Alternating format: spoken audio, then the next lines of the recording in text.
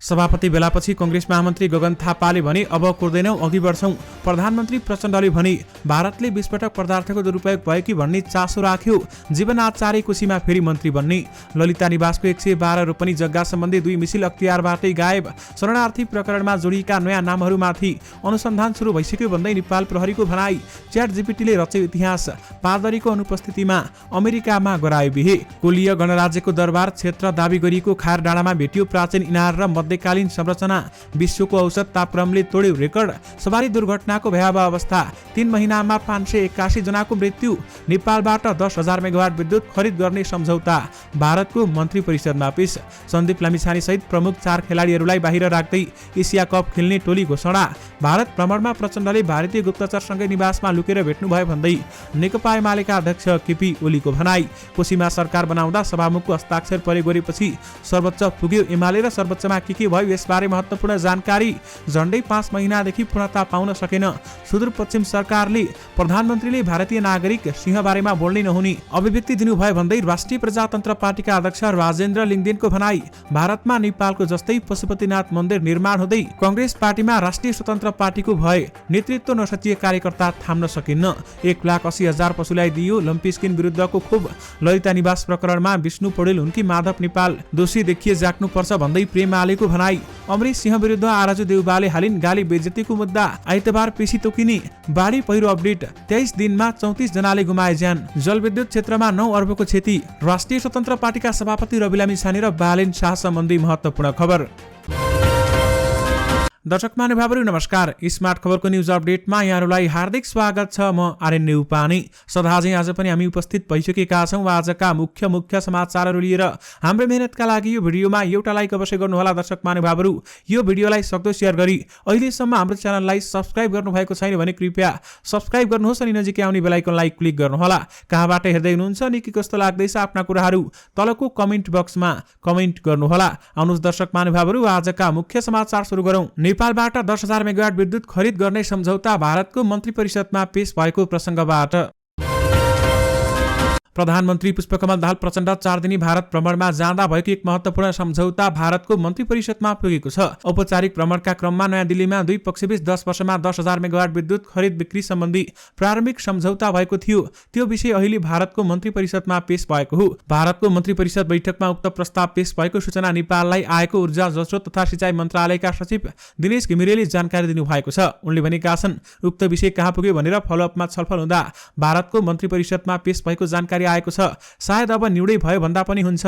प्रधानमन्त्रीको भारत भ्रमणमा नेपालको तर्फबाट 25 वर्षको विद्युत व्यापार सम्झौता गर्ने प्रस्ताव लगिएको थियो, तर 10 वर्षमा 10,000 मेगावाट विद्युत भारतले खरिद गर्ने समझदारी भएको थियो। भारतीय प्रधानमन्त्री नरेन्द्र मोदी आफैले 10 वर्षमा 10,000 मेगावाट विद्युत खरिद गर्ने संयुक्त पत्रकार सम्मेलनमा बताएका थिए भने उनले प्रधानमन्त्री प्रचण्डको छलफलमा 10,000 मेगावाट विद्युत खरिद गर्ने समझदारी भएको समेत बताएका थिए। त्यसै सम्बन्धी नेपालबाट 10,000 मेगावाट विद्युत खरिद गर्ने सम्झौता भारतको मन्त्री परिषदमा पेश भएको छ।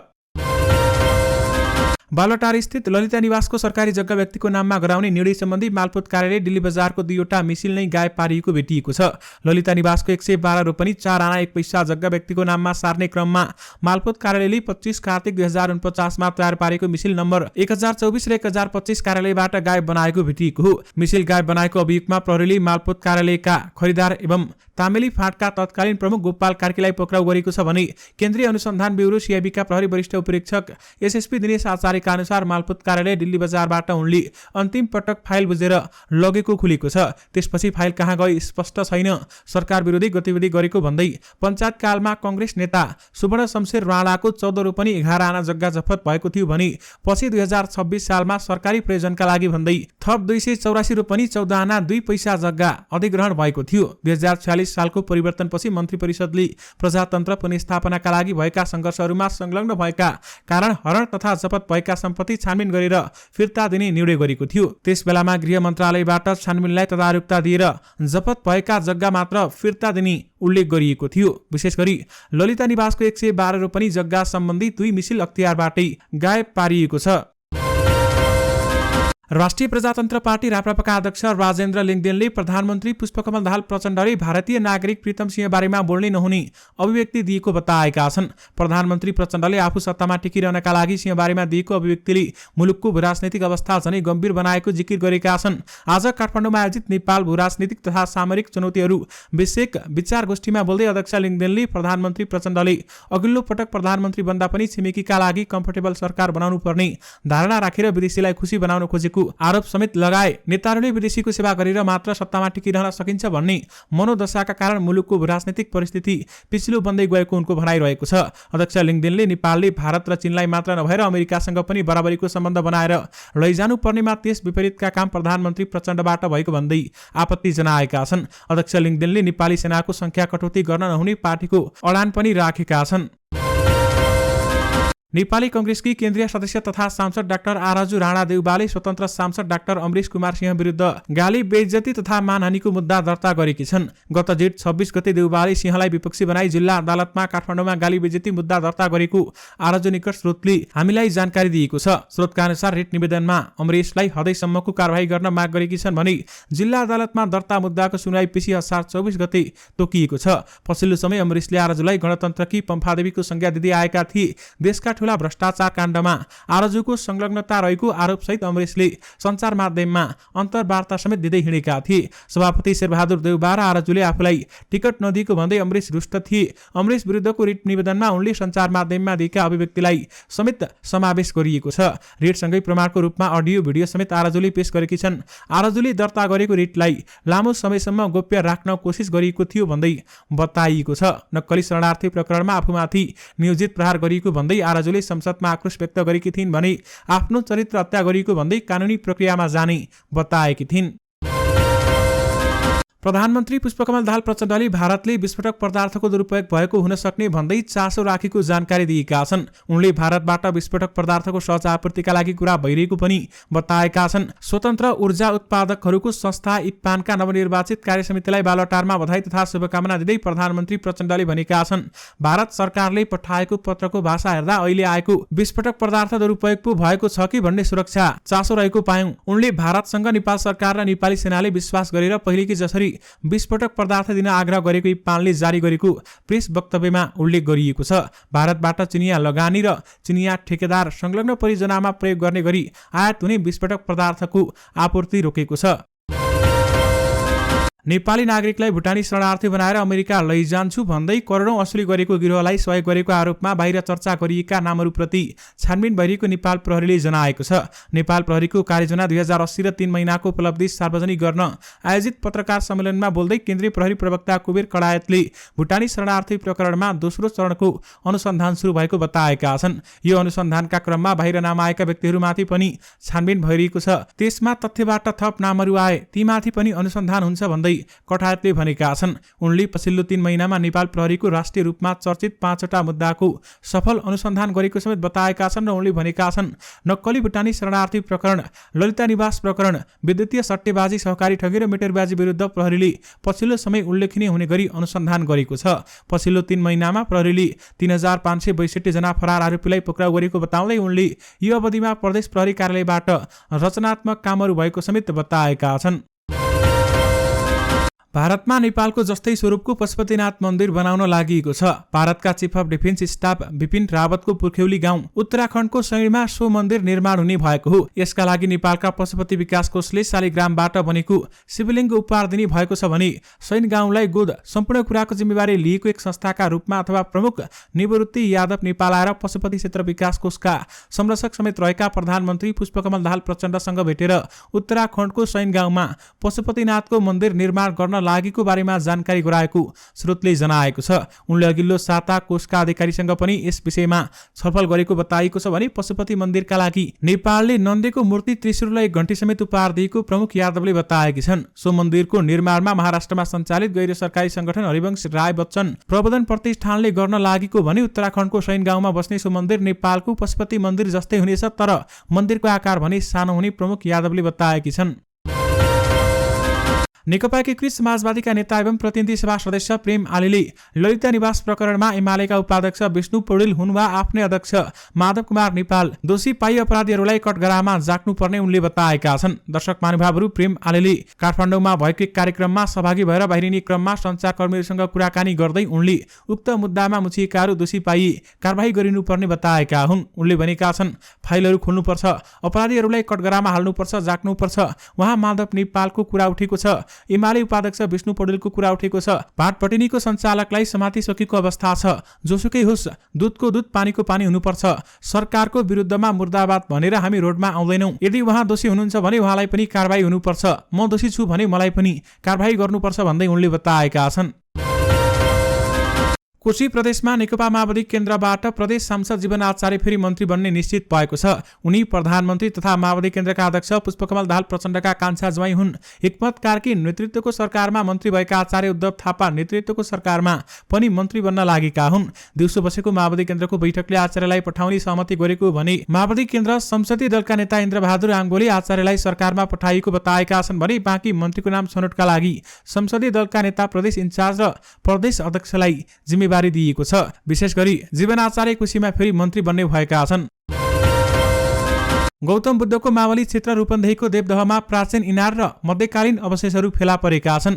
कोलीय गणराज्यको दरबार क्षेत्र दाबी गरिएको देवदह खैरडाँडामा लुम्बिनी विकास कोषले गत जेठ 17 गतेदेखि उत्खनन थालेको थियो भने उत्खननको क्षेत्रमा कोलीय गणराज्यको दरबार क्षेत्र रहेको भन्ने दाबीलाई थप बलियो बनाउने गरी प्राचीन इनार र मध्यकालीन अवशेषहरू भेटिएको लुम्बिनी विकास कोषका पुरातत्व महाशाखाका प्रमुख हिमाल उप्रेतीले जानकारी दिएका छन्। उप्रेतीको नेतृत्वमा पुरातत्व विभागका हरिभूषाल कोषका नवराज अधिकारी, चन्द्रप्रकाश पाठक, अन्तर हुसेन मुसलमान, शुभेच्छा पोखरेल, नैसापन्थी र अम्बिका सुब्बा उत्खनन कार्यमा खटिएका थिए। विशेष गरी कोलिया गणराज्यको दरबार क्षेत्रमा दाबी गरिएको खैरडाँडामा प्राचीन इनार र मध्यकालीन संरचना भेटिएका छन्। यो साता विश्वको औसत तापक्रमले यसअघिका रेकर्ड लगातार तोडेको छ। दर्शक महानुभावहरू, द न्युयोर्क टाइम्सका अनुसार विश्वको औसत तापक्रम सोमबार र मंगलबार 2 दिन लगातार बढेर नयाँ रेकर्ड कायम भएको भने यसअघि विश्वको दैनिक औसत तापक्रम सबैभन्दा धेरै सन् 2016 अगस्त 14 मा पुगेको थियो। त्यति बेलामा विश्वको दैनिक तापक्रम 16.92 डिग्री सेल्सियस मापन भएको थियो भने गत सोमबार विश्वको औसत तापक्रम 17.1 डिग्री सेल्सियस पुगेको थियो। त्यो दिनको रेकर्ड अर्को दिन फेरि तोडियो। मंगलबार विश्वको औसत तापक्रम 17.18 डिग्री सेल्सियस थियो। विश्वको तापक्रम मापन सन् 1940 देखि सुरु गरिएको भने विज्ञहरूले तापक्रम मापन गर्न थालेदेखि मात्र नभई मंगलबार 1,25,000 वर्षपछिकै सबैभन्दा तातो दिन भएको समेत उल्लेख गरेका छन्। नेपालमा सवारी दुर्घटनाको अवस्था भयावह देखिएको छ। नेपाल प्रहरीले आज सार्वजनिक गरेको 3 महिने कार्य प्रगतिमा उल्लेखित विवरण अनुसार 3 महिनाको अवधिमा 581 जनाको मृत्यु सवारी दुर्घटनाबाट भएको छ। प्रहरीको रेकर्डमा चैत 15 गतेदेखि असार 15 गतेसम्म 6420 सवारी दुर्घटनाका घटनाहरू दर्ज भएका छन्, जसमा 3 महिनामै 581 जनाले ज्यान गुमाएको र 1627 जनाको अवस्था गम्भीर रहेको प्रहरी प्रधान कार्यालयले जनाएको छ। त्यस्तै 6721 जना सामान्य घाइते भएका छन् भने 3 महिनाको अवधिमा 7,36,470 सवारी साधनलाई कारबाही गरिएको छ। सवारी दुर्घटनाको घटनाबाट प्रहरीले 56 करोड 46,54,200 रुपियाँ राजस्व सङ्कलन गरेको प्रहरी प्रधान कार्यालयले जानकारी दिएको छ। नेकपा एमालेका अध्यक्ष एवं पूर्व प्रधानमन्त्री केपी शर्मा ओलीले प्रधानमन्त्री पुष्पकमल दाहालले भारत भ्रमणमा गएका बेलामा भारतीय गुप्तचर प्रमुखसँग भेटेर आएको बताएका छन्। काठमाडौँमा आयोजित कार्यक्रमलाई सम्बोधन गर्दै उनले प्रधानमन्त्री दाहाल भारत भ्रमणका क्रममा भारतीय गुप्तचर प्रमुखकै घरमा गएर बसेको दावी गरेका छन् भने उनले उक्त भेट पनि प्रधानमन्त्रीले लुकाएको आरोप लगाएका छन्। उनले भारतीय गुप्तचर प्रमुख नेपालमा आएका बेलामा आफूले सार्वजनिक रूपमै भेटेको र कुनै कुरा नलुकाएको बताएका छन्। उनले प्रधानमन्त्री दाहालले भारत भ्रमणका क्रममा गुप्तचर प्रमुखकै घरमा भेटेको कुरा लुकाएर राष्ट्रहितका पक्षमा कुनै पनि कुरा नगरेको बताएका छन्। नेपालको राजनीतिक इतिहासमा वर्ष दिन उदाएको राष्ट्रिय स्वतन्त्र पार्टी नेपालको सबैभन्दा पुरानो दल नेपाली कांग्रेसलाई चुनौती बनेको छ। विशेष गरेर तल्ला तहमा संगठन विस्तारका लागि परेको रासोपा कांग्रेसका लागि चुनौतीको रूपमा उभिएको भन्दै कांग्रेस जिल्ला सभापतिहरूले चिन्ता प्रकट गरेका छन्। 43 जिल्लाका सभापति, 17 जिल्लाका प्रतिनिधि र उपस्थित र केही सभापतिहरूको भर्चुअल सहभागितामा रहेको कांग्रेसको जिल्ला सभापतिको बेलामा रासोपाको चुनौतीको विषय उठेको छ। अनलाइन सदस्यता वितरण र अभिलेखीकरण, विधान बमोजिम कार्य सम्पादन र पार्टी सञ्चालन र व्यवस्थापन सञ्चालनका विषयलाई छलफलको मुद्दा बनाइएको छ। जिल्ला सभापतिहरूले भने नेतृत्व र पार्टी सञ्चालनका विषयमा तीव्र असन्तोष अथवा असन्तुष्टि प्रकट गरिरहेका छन्। उनीहरूले कांग्रेसप्रति अझै पनि नागरिकको विश्वास देखिएको भन्दै नेतृत्वको कार्यशैली र पार्टी सञ्चालनको विधिका कारण नेता कार्यकर्तामा भने निराशा बढाएको बताएका छन्। अहिले कांग्रेस राष्ट्रिय स्वतन्त्र पार्टीबाट डराउन थालेको छ। आर्टिफिशियल इन्टेलिजेन्स च्याटबट ChatGPTले अब बिहे पनि गराउन थालेको छ। अमेरिकाको कोलोराडोमा बिहेका लागि फादर अर्थात् पादरीको अनुपस्थितिमा ChatGPTले एक जोडीको बिहे गराइदिएर इतिहास रचेको हो। सन् 1800 को दशकमा बनेको एक ऐतिहासिक चर्चमा उक्त कीर्तिमानी बिहे सम्पन्न भएको छ भने मेरिसन चर्चमा भएको बेहुली ऋषि विन्स र बेहुला टेडन ट्रुडको सो विवाहमा ChatGPT AI रोबोटले फादरको भूमिका निर्वाह गरेको थियो। समाचार अनुसार कोलोराडोको परम्परामा कुनै पनि जोडीले आपसी सहमतिमा कुनै पनि अधिकारीको उपस्थिति बेगर पनि बिहे गर्न सक्दछ।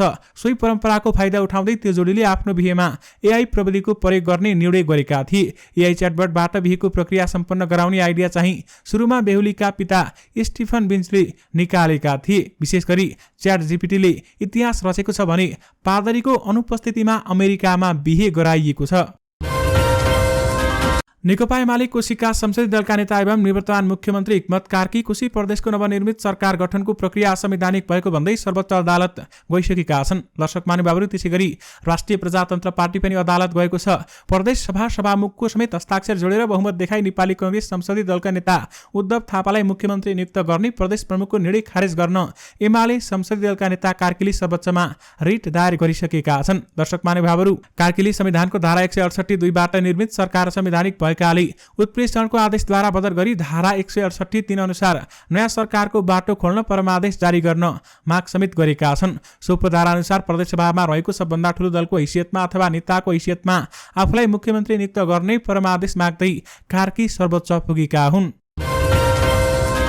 सरकारले मुलुकभर फैलिएको लम्पी स्किन रोग नियन्त्रण गर्न हालसम्म 1,80,000 भन्दा बढी पशुमा यसको खोप लगाउने कार्य सम्पन्न गरेको छ। लम्पी स्किन गाई बेसीमा भाइरसको कारण लाग्ने महामारीको रोग हो भने सरकारले प्रभावित पशुको उपचारका लागि संघ प्रदेश र स्थानीय तहबाट औषधिको व्यवस्था सहित प्राविधिक परिचालन गरेको पशुसेवा विभागका महानिर्देशक डाक्टर सम्झना कुमारी काफ्लेले बताएकी छन्। साथै खोप आपूर्तिका लागि आयात अनुमति प्रदान गरी हालसम्म 10,37,000 मात्रा खोप आयात भई 7वटै प्रदेशमा वितरण गरिसकिएको छ। विभिन्न जिल्लामा 1,80,112 पशुमा खोप कार्य सम्पन्न भएको पनि विभागको तथ्याङ्क रहेको छ। दर्शक महानुभावहरू, विशेष गरी 1,80,000 पशुलाई लम्पी स्किन विरुद्धको खोप दिइएको छ।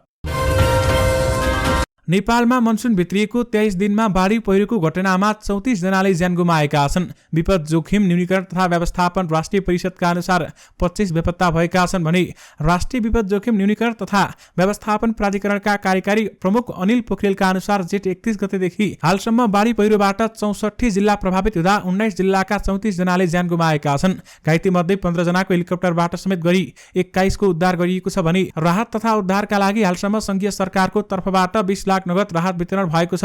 त्यस्तै काठमाडौँबाट ताप्लेजुङ 5 थर र सङ्खुवासभामा 200 वटा त्रिपाल, 34 वटा टेन्ट र 150 वटा ब्ल्याङ्केट पठाइएको छ। विशेष गरी बाढी पहिरोमा 23 दिनमा 34 जनाले ज्यान गुमाएका छन् भने जलविद्युत क्षेत्रमा 9 अर्ब भन्दा बढीको क्षति भएको बताइएको छ। नेपाल क्रिकेट संघ क्यानले एसीसी इमर्जिङ टिम्स कप क्रिकेटका लागि नेपाली टोली घोषणा गरेको छ। श्रीलङ्कामा हुने इमर्जिङ टिम्स कपका लागि क्यानले रोहित पौडेलको कप्तानीमा 16 सदस्यीय टोली घोषणा गरेको हो भने नेपालले एमसीसी प्रिमियर कपको उपाधि विजेताको रूपमा इमर्जिङ कप खेल्न लागेको हो। टिमबाट करण केसी, सन्दीप लामिछाने, दिपेन्द्र सिंह गैरी र ज्ञानेन्द्र मल्ल भने बाहिरिएका छन्। त्यसैगरी कुशल भुर्तेल, आसिफ शेख, अर्जुन साउद, कुशल मल्ल, आरिफ शेख, देव खनाल, गुलसन झा, सोमपाल कामी, भीम कार्की, प्रतीश जेसी, ललित राजवंशी र किशोर महतो टिममै रहेका छन्। इमर्जिङ कपको समूह बीमा नेपाल, युएई, पाकिस्तान ए र भारत एमा छन् भने समूह एमा श्रीलङ्का ए, बंगलादेश ए, पाकिस्तान ए र ओमान रहेका छन्। हरेक समूहका शीर्ष 2 टोलीले सेमिफाइनलमा स्थान बनाउनेछ। झण्डै 5 महिना अघि सुदूरपश्चिम प्रदेशको मुख्यमन्त्रीमा नियुक्त भएका कमल बहादुर शाहले आफ्नो नेतृत्वको सरकारलाई अझै पूर्णता दिन सकेका छैनन्। सत्तारूढ गठबन्धनमा सामेल नागरिक उन्मुक्ति पार्टीले सम्मानजनक मन्त्रालय नपाएको भन्दै हालसम्म सरकारमा सहभागिता जनाएको भने जसका कारण सरकारले पूर्णता पाउन सकेको छैन। नागरिक उन्मुक्ति पार्टीले सम्मानजनक मन्त्रालय र सिट पाएर तत्काल सरकारमा सहभागी हुने जनाएको छ भने सरकारलाई पूर्णता दिनकै लागि असार 21 गते मुख्यमन्त्री शाह र नागरिक उन्मुक्ति पार्टीका संरक्षक रेशमलाल चौधरी बीच बर्दियामा भेटवार्ता समेत भएको थियो। झण्डै 5 महिनादेखि सुदूरपश्चिम सरकारले भने अहिलेसम्म पूर्णता पाउन सकेको छैन।